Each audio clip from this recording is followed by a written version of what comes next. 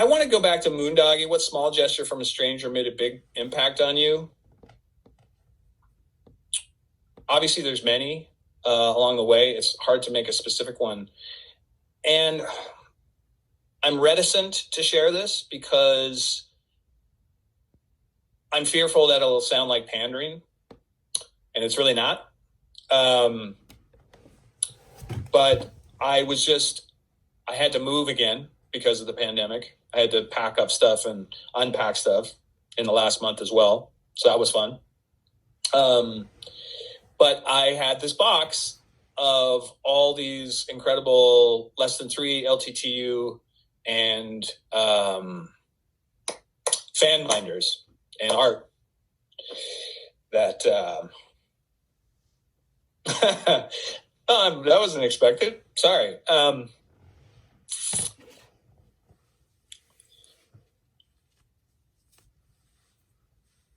Taking a minute. This is live. Hi. And it was really nice to unpack that stuff and reread all those kind notes of community and incredible pieces of art. And I've kept every single one, and they're now on my shelf by my office, and they give me great strength. And again, back to basics of real connection, not this avatar of social media. Really, what the wonderful things that conventions did was being able to talk to members of the audience like real, see faces, have real interaction. We live in such a world of persona and performance and ideas of people, and whether you're on a TV show or not, I mean, we all know that that Instagram and Facebook are performative. There's real life, and then there's this avatar of ourselves. And I always want to get back to truth and reality, and you can only really get that one-on-one and in real life. So that's my goal. And so, yeah, I just wanted to say thank you to anyone who's written me a kind note or a piece of art. I've kept it all, and it is now giving me strength and hope and a little bit of faith in the future. And maybe I'll keep doing this job a little bit longer. We'll see. There you go. There's your pander. It's not pandering. It's from the heart. Effulgent. Can someone tell me what effulgent is? Is that a thing? Is that a word? Or is it, come on, someone give me some love. Effulgent. All right. Oh, Claire, I do need a tissue. Mind your manners. Mind your manners, mate. How dare you? Thank you, Shannon. No one's helping me with effulgent. Okay, here we go. Tell us funny stories about working with Adam Fergus. We don't have enough time. That man, I adore him. He has become a true friend. And he is the best of that Irish, gregarious, always up for a laugh, always up for some fun. I truly adore his energy, and he is just one of the funniest guys you're ever going to meet. I know a lot of you know that. But he's always up for just some playful cheekiness and ball busting and in the right, loving kind of way. So I'm trying to think if I have any dirt. Well, that's the thing. If I had actually any real dirt on him, and by dirt, I just mean private craziness with the cast and crew, I wouldn't share it anyways because I'm not that guy. But yeah, let it be known that he's just a good time. He's fun. He's a fun guy to hang out with. Absolutely. Looking at question. Cheeky Fi. Congratulations, Cheeky Fi. I know you. Here's another UK mate. If you could be any character in a Halloween movie, what would it be and why? Okay, this is just my improv brain coming off the top of my head. And it just popped in right now. It'd be fun to do a live action Charlie Brown and the Great Pumpkin, where you just did this whole, like, sort of they did with Riverdale, but you make it this really gruesome horror story, and you cast, a nice, and it's like Steven Spielberg-esque, like real kids. So basically a bald young kid, but the Great Pumpkin is real and no one believes him, just like in other horror movies, until the very end. And then you'll have to go fight the Great Pumpkin. But the pumpkin has a head, not much larger than mine. I mean, I could play the role very well, just very few prosthetics, but maybe some mangy pumpkin teeth, maybe just round out the dome here a little bit. And just like have a really dark, grisly, the Great Pumpkin horror movie, Charlie Brown. There you go. I patented it here. No, I didn't. Copyrighted it. See? I don't even know words anymore. It's terrible. Did Dave take anything home? This is from Gabe Muck. Gabe M-U-C. I hope I'm getting that right. It's probably not your real name, Gabe Muck. Gabe M-U-C. Did Dave take anything home from set as a souvenir? Kind of, if you consider saucy socks. I take all my socks home because why give them back? So I have so many cool saucy socks from Catch and other movies. And actually, this blazer that you're watching right now, on some of the movies I get, especially the Hallmark ones, I get to keep wardrobe. It's built into my contract. So yeah, I've actually got a nice closet full of jeans and blazers and nice people with way better taste than I do who buy my clothes for my characters. So I get to keep some of that. So that's cool. Ritter Lynn, I hope that's Grandma Goodwitch out there. Much love, Linda. Did you polish up any of your screenplays in that desk drawer? I have not. I did submit my animated feature to my agent at the beginning of quarantine because I requested it.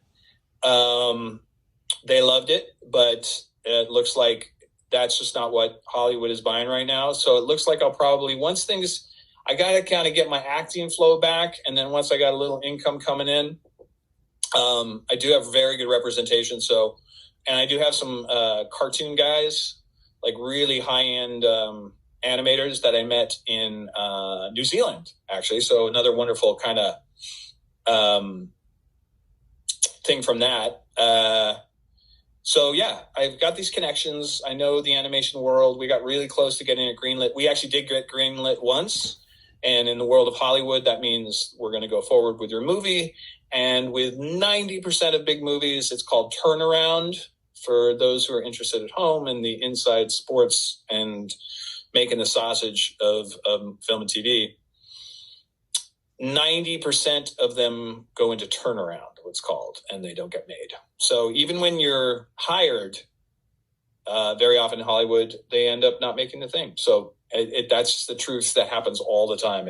You can't take it personally because it happens to everyone. Everyone's got that story. I mean, I know filmmakers who took them 11 years to get their screenplay made. So you want to talk about perseverance. And not to name drop here at all, but I'm going to, because I know their story fully. I know Matt Damon and Ben Affleck from their Boston days, because I was dating a girl from Boston at that time, and she was best friends with them. And I knew them before they were Matt Damon and Ben Affleck.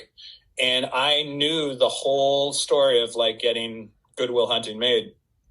And so when I saw those guys end up making the movie in Toronto, and we hung out at the bar, and like no one knew what that was going to be. And I know how hard they had worked and for how long they had to get that movie made. So again, not name droppy Hollywood stuff, just, you never know what's going to hit with people, and you never know when a piece of art is going to get made.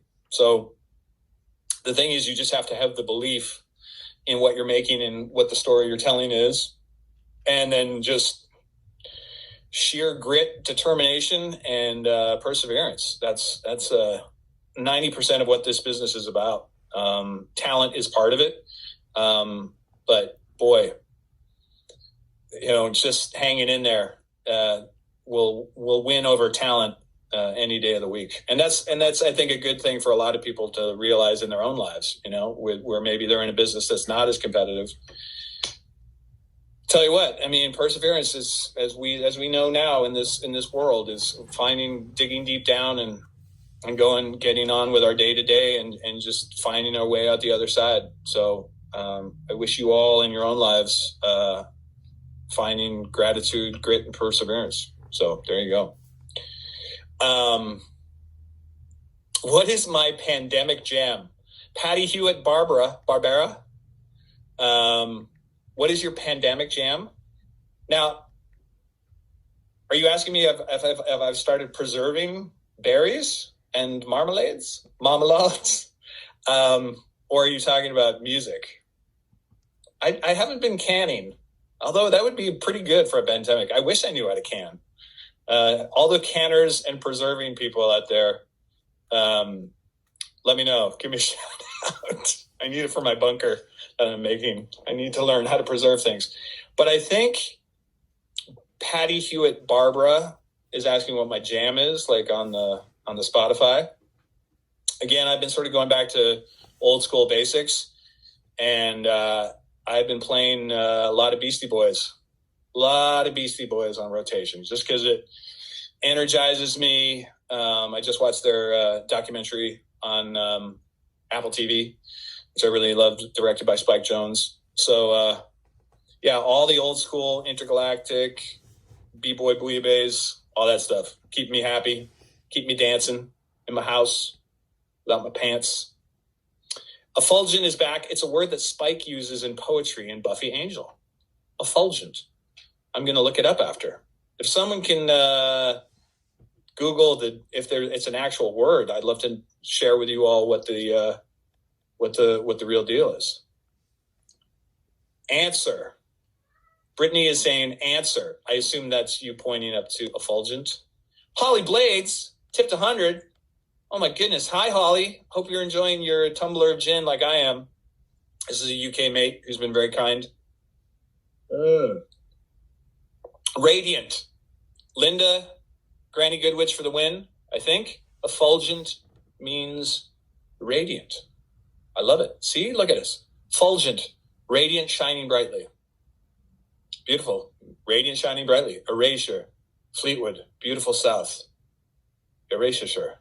Hey, David, you were in the world of... Oh, this is going too fast. Anyways, I'm being... Holly, hi, Dally, aka Dally, another UK mate. I'm so glad that we did this early in the morning, because I had heard before from German folks and UK folks. It's like, it's too late. It's the middle of the night for us. So I said specifically, let's do brunch, breakfast, and then we can get some more people from all over the globe. What is my favorite scary movie? Shining. Period. Full stop. The Shining. And it's not chock full of scares, but there's just imagery and iconic stuff in that, where the elevators, Kubrick, doing the blood coming out of the elevators. The twins.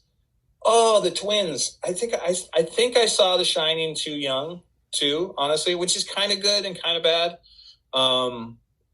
Because it can scar you. It gives you bad dreams, but then you process it. But I think I saw The Shining when I was 12, and that might be too young. And those twins in the hallway, man, forget about it.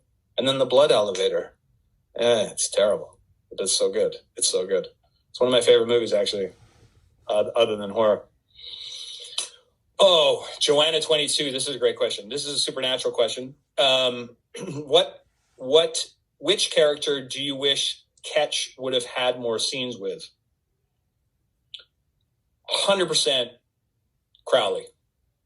Crowley.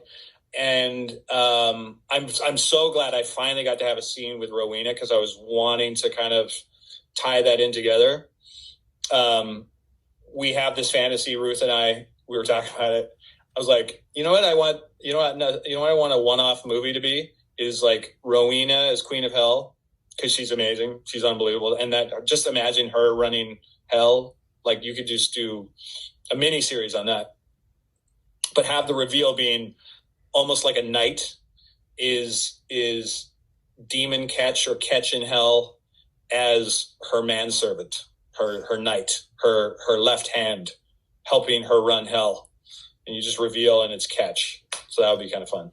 But so I was so glad to have scenes with Ruth finally, and like we had such a good time.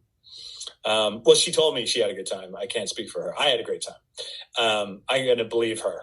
I choose to believe her. She's been very kind to me. And we know that Ketch and Crowley knew each other because there's that whole backstory about how he got the Hellhound. So the British Men of Letters knew about Crowley, and Ketch definitely was an ambassador, if you will, an emissary to Crowley and the netherworld. So yeah, and I love Mark Shepard so much. He's such a great dude. We have some really good times. We've only really met each other at conventions, but I just love his brain. I love his talent, and I just think a Crowley Ketch scene or two would have been super fun. And I just know that working with Mark would have really like upped my game, because I respect him so much as an actor, and he's just a great guy. So yeah, there you go. Sarah G13. I think this is my Winnipeg peeps. Correct me if I'm wrong, Sarah G13. I think this is, I'm pretty good with the names and the faces now. Well, the names not so much, but the faces. And if it's a D&D question, I'm pretty sure it's you in Winterpeg. Do you have snow yet? Confirm that on the side. Hey, David, if you were in the world of D&D, what would your chosen class be? Is why? This is so good question. And in quarantine, I just started playing Diablo again, which is obviously totally D&D, Diablo 3, which is D&D inspired, as I'm sure you know. And it's just like dumb and fun and just collecting treasure and getting hit points and da-da-da-da-da. But I haven't opened my D&D books in a long time. So I hope I'm getting this right. Please don't nerd shame me. And you can just correct me and bring me along, and be kind and gentle and remind me if I'm getting it wrong. But I think I would really like to just do something in the magic or magician or wizard realm. Because basically I just want to one time in my life see lightning come out of my fingers. I don't think that's wrong. I would do it for justice. I would do it for kindness, but I would like to kill monsters with lots of lightning coming out of my fingertips. That's one of my favorite special effects. Just like,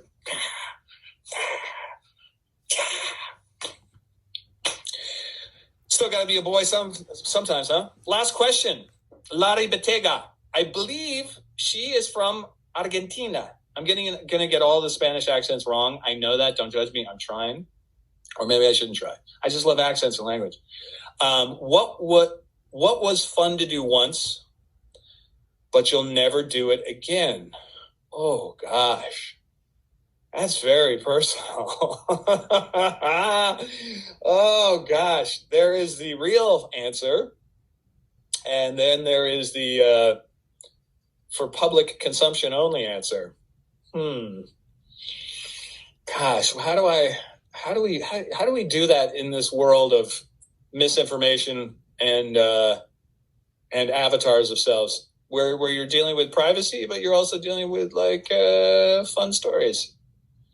What was the one thing that you have done that you would never do again?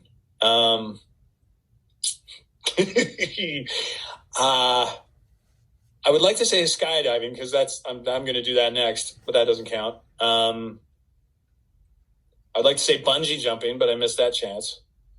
because I know that I want to do those things, but I know that I'll only do them once. I'm not one of these thrill seeker guys. I don't need like a lot of adrenaline junkie, but I do want to have like curated experiences that I know I'll never do again, but it would be a rush. I'm stalling.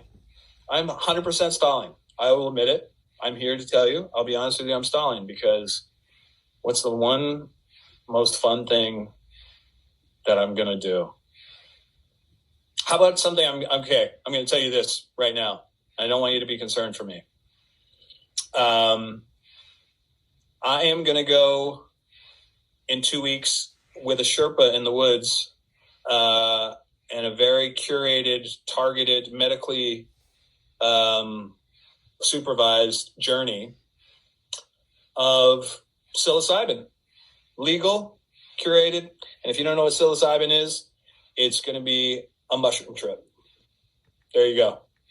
So, and I know I'm only going to do it once, and it's not recreational drug use. It's actually going to be medicinal and spiritual. And that's probably more information that I should be sharing, but who cares? We're all going to die. The end of the world is here. Who cares? There you go. That's what I'm doing in 2 weeks. So if you don't hear from me again, you'll know that I'm with the Lizard King and the Goat Man and seeing colors and the beauty of the real universe around us. And I've stepped out of the matrix and I'm living my truest spiritual self. There you go. The real poop. I love you all.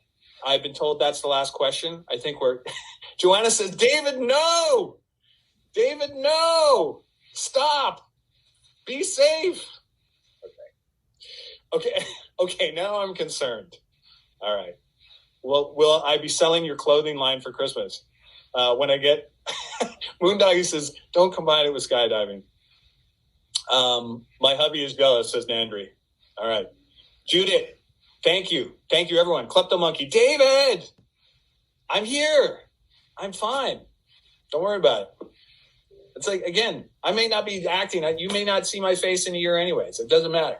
It's all been, we've had a good run. I thank you all. I'm sorry I got a little emotional there.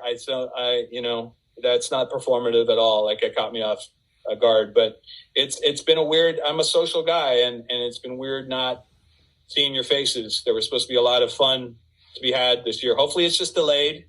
Hopefully we'll get back to living in the real world. And I can't thank you all enough for showing any interest in my career, in me as a person, and always being incredibly kind and supportive. So it means the world to me. It really does. I thank you so much. Bye. And now I say goodbye, and I still hang out here for like 12 minutes looking awkward.